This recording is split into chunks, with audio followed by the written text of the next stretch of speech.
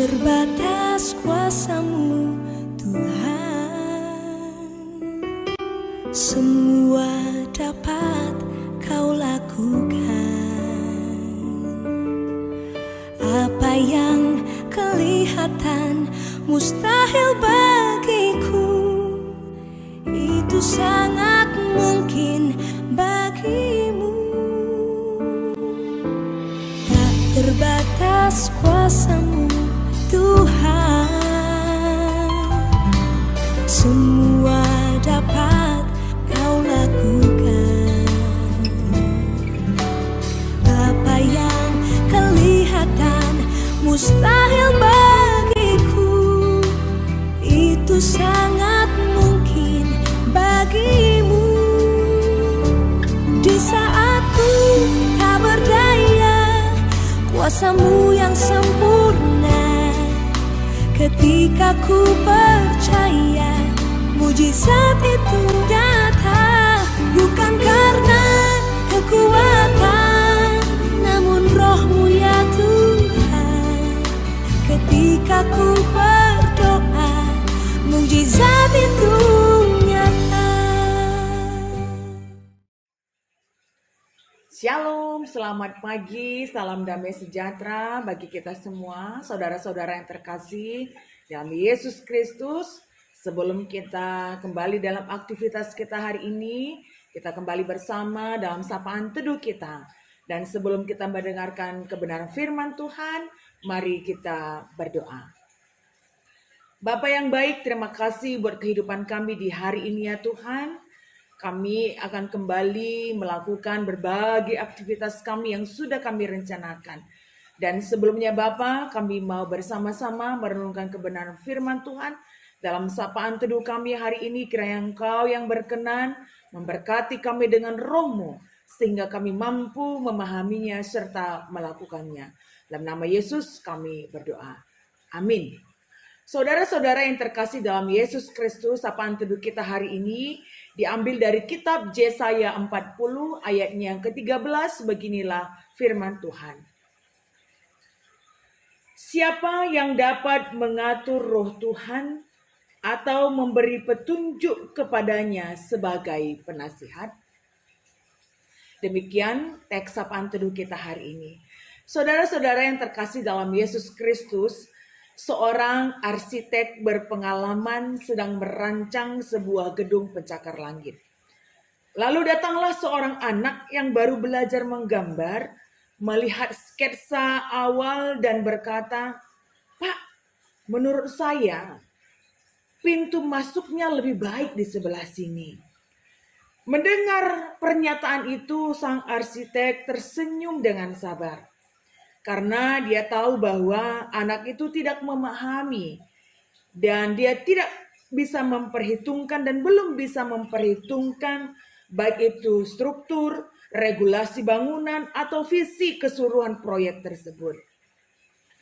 Nah, percakapan ini atau ilustrasi ini juga menggambarkan tentang pentingnya bagaimana kita memiliki pengetahuan dan kebijaksanaan, terlebih-lebih ketika kita hendak memberikan nasihat. Tentu ketika kita memberikan nasihat kepada teman kita atau saudara kita harus memiliki pengetahuan dan kebijaksanaan.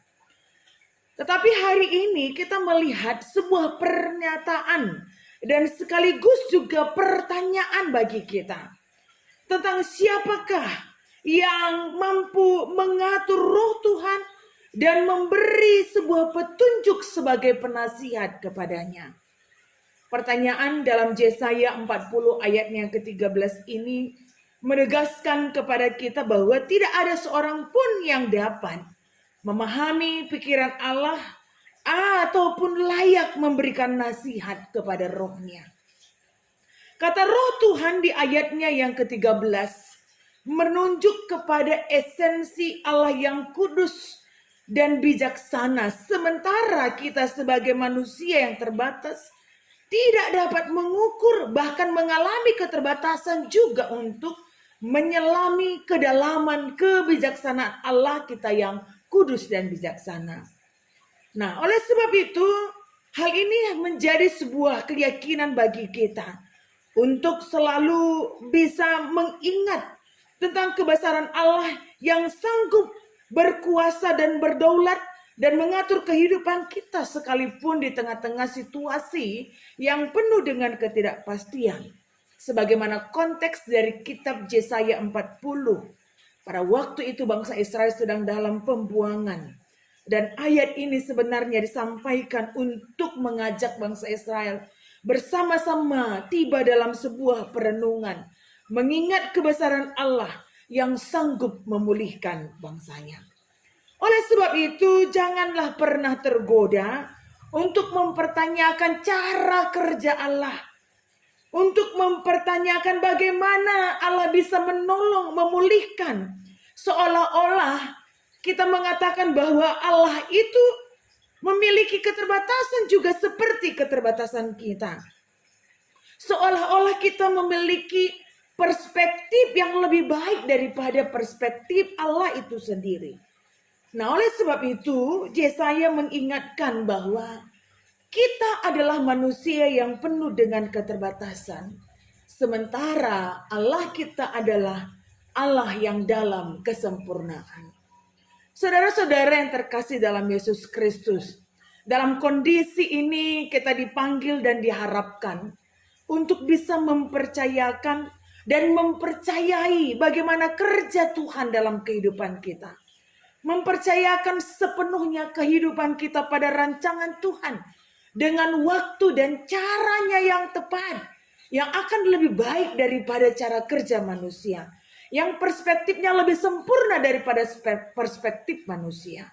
Jadi apapun kondisi kita saat ini, mungkin kita ada yang kehilangan pekerjaan atau dalam keadaan yang sakit, kehilangan orang-orang yang kita kasihi, dilema dalam menentukan keputusan, bahkan mungkin mengalami ketidakadilan.